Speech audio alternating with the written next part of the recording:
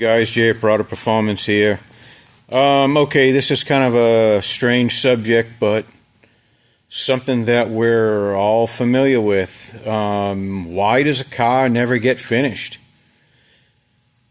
And, I think one of the main reasons is that the enthusiasm to do a really good job, and it just gets, you can get so meticulous about it that you'll never finish it. And, I'm one of those guys that falls into that trap. I'll be quite honest. And, as you get older, maybe some of it's laziness, but I think honestly it's wisdom, and you get to a point where you learn to be honest with yourself. And,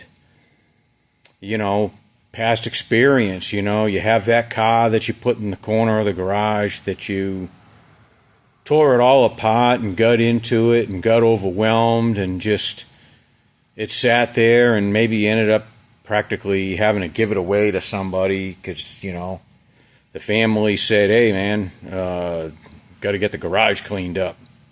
We got to put bicycles, and I want to put the car in the winter. Whatever it is, family puts pressure on you too. Maybe it's money.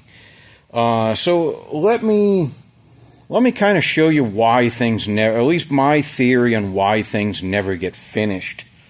So I'm working on this door on a 53 International. And the goal with this truck is, I want to do a good job on it. I want it to look good. I want it to have value. I want it to last. But on the other hand, I want it done. And so here's kind of the trap you fall into. So let's take a look. You can see this rust here. And this is the side where the hinges go. This is a very solid door, but like you see this here, you got some rust that came through a little bit here. It's not bad. Here's a cool thing. Here's a bottom part of the door. And see, it's got these 1, 2, 3 big slots on the bottom. And they didn't get clogged up. Generally what happens to doors, if you look inside and you see this really thick undercoating that's been put in here, and they put this in here for sound dampening, is why they do that, and it does work.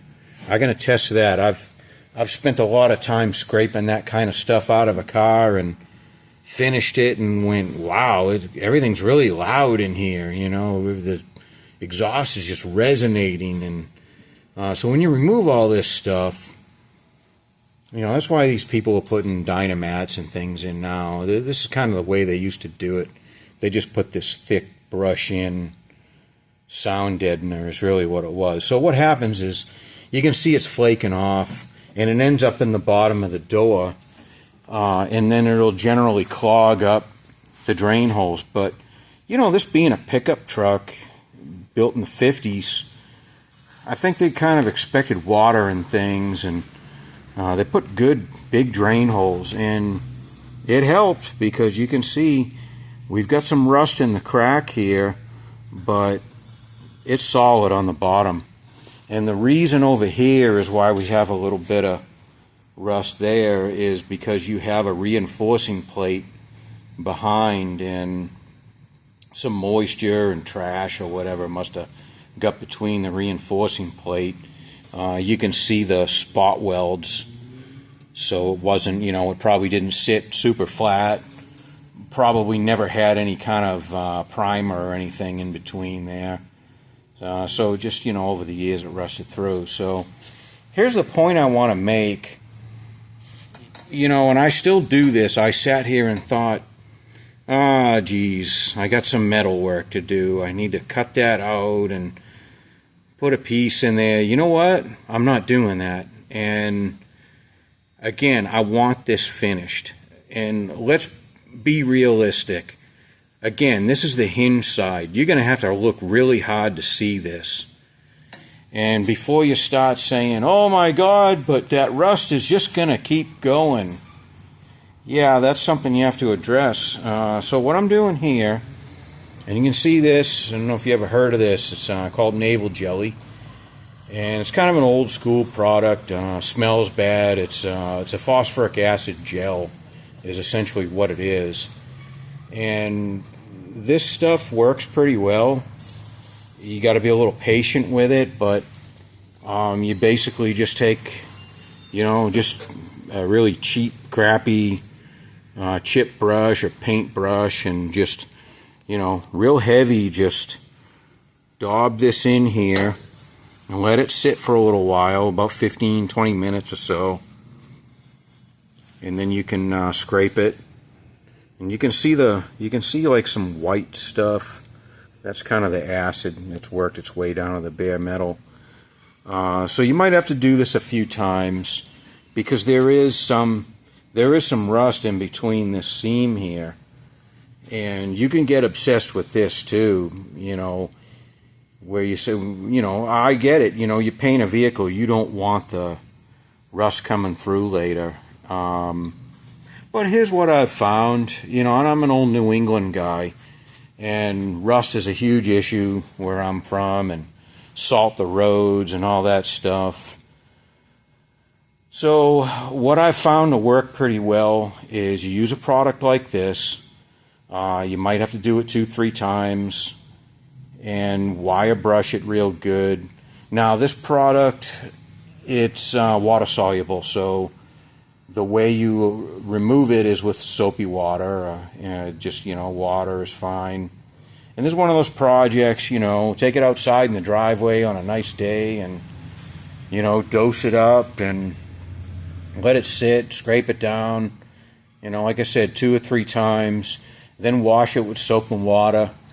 And then, use compressed air, try to get into all the little passages and things where the water is going to sit. And just dry it real good, give it a few days, and then prime it. And what works, I've found, so that you don't get problems with rust coming through later, is after you've done all this, and I apologize, I cannot remember the name of it, and there's various different things you can use, but the one I like, it typically comes in a spray can, and I think it's also made by Loctite, and I'll find out what that is. I've got cans of it at my other shop.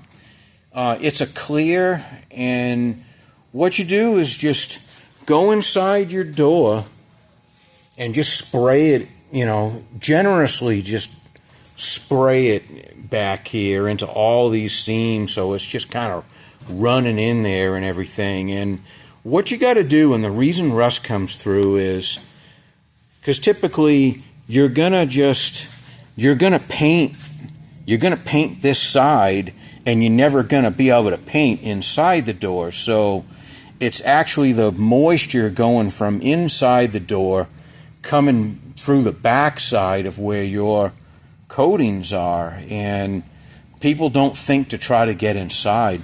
This is one of those things where, people like to acid dip a whole car. If you're doing a concourse kind of restoration thing, fine, but don't do that. Don't get obsessed with that, because in my opinion, when you acid dip a car like that, you're taking off all the old primer and coatings that were, maybe even some plating, galvanizing or something, or whatever might be in there. You're taking all that off everywhere into places that you can't really get into after the coat. And that becomes a tricky thing. So I think, even though, you see guys go to that extent to acid dip something, and it almost seems like it bubbles up worse sometimes because you're just not getting inside it to get the coatings out. Again, this is my opinion and been my experience. I know this is a very controversial subject, but my advice on something like this, and that I'm going to do, I'm not making a concourse restoration here. I want it to be nice, I want it to be a head turner, and I want it to last. I don't want this bubbling up, but You know, I've seen so many friends go through great lengths to do the job right and not have it bubble up, and it still bubbles up. So, you know, instead of having 1,000 hours into it and it bubbles up, why not have 100 hours into it and bubble up? You know, I mean, what's the difference? The difference is you save yourself a lot of time, and you might actually finish the project. You know, the goal is to finish the car or truck or whatever it is, not overwhelm yourself with being perfect and never getting it done. So this here, you know, it's in a spot you're really not going to see it. I don't suggest putting body filler on it because you're running the risk of the moisture is going to get behind the body filler. Unless you can get behind the filler to coat it and seal it, which in this case we're not going to be able to. So I don't suggest using any filler on it. You could maybe use a seam sealer, maybe would be better, or another thing you could think about doing, like in a case like this, just take a little grinding wheel and make it look like a slot. Just make it look neat. Nobody's going to question it if it's a slot, but when they see it like this, they're going to question it. So if it bothers you, make it look like something. I mean, you got slots and holes all over these kind of doors, so just make it look like it's there for drainage or something. Nobody's really going to question it if it's neat looking. If it's jagged like that, then yeah, they're going to know, oh my God, he painted over rust. So if you're worried about that, there's just a couple things you can do. And also, because like I said, there's a reinforcing panel behind this, and this is why it rusted. So now that this is open, after I treat it with the naval jelly and get it cleaned up and everything, I'm gonna spray that rust encapsulator inside there and just douse it. And like I said, this stuff is clear, you know, so it doesn't matter if it runs everywhere. You know, you're not going to have it on the outside where your paint is. It's just going to run inside. So it's just clear. You're never going to notice it. So it's not messy at all. And I'm just going to douse it with that.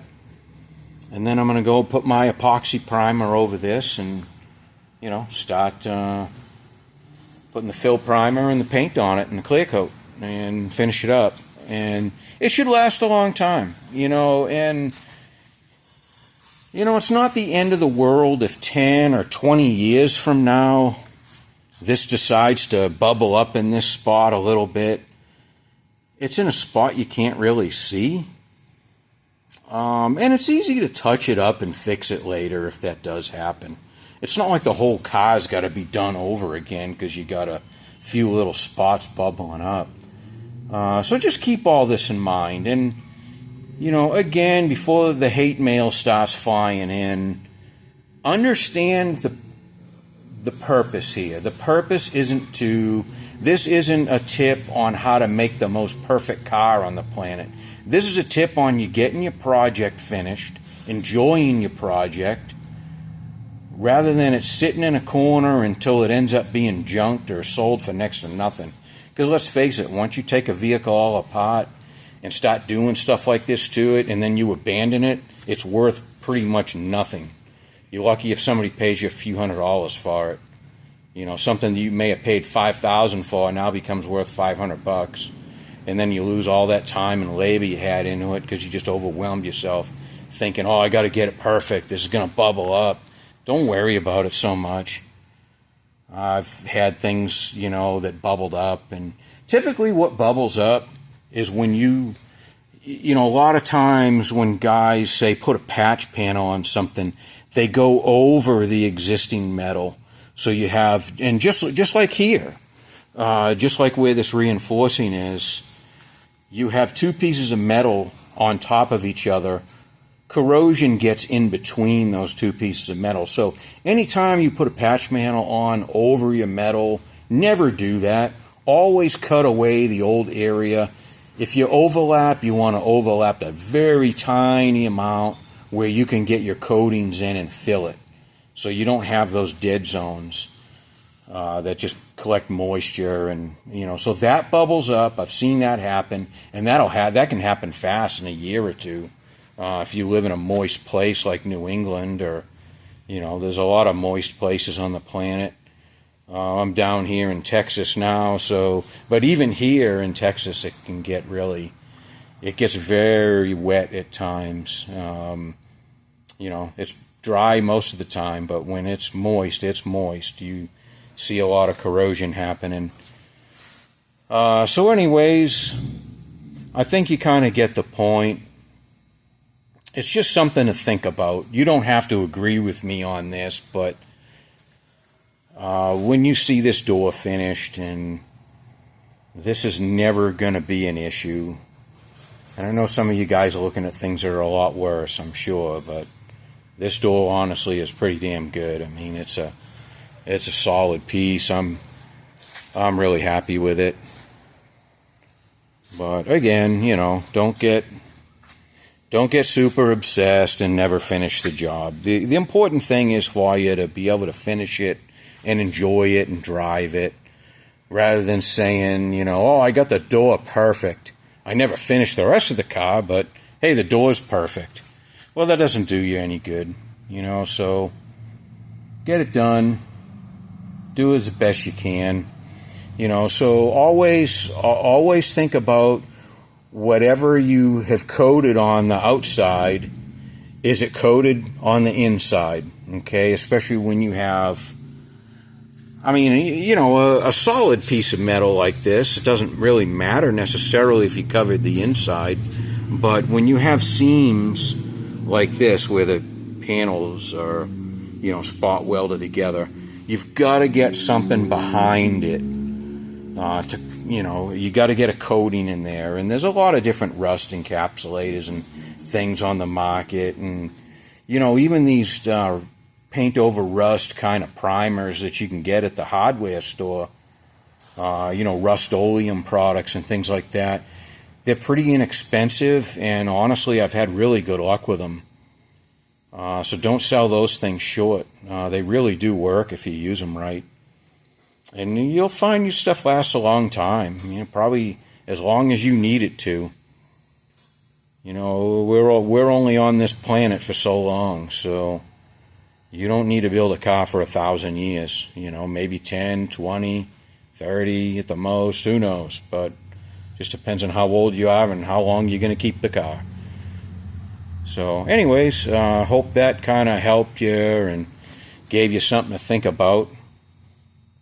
And I'm going to document this build as well. And again, my builds are going to be practical, not super perfect concourse quality. If you're looking for that sort of build, I'm not that guy. I'm going to tell you right now. I like to build nice drivers, and I'm not going to open somebody's door jamb and stick a flashlight in here and go, ooh, look at that, rust. He painted over that. Nobody's going to notice this. It's not an issue. But that's not the kind of restorations I'm doing.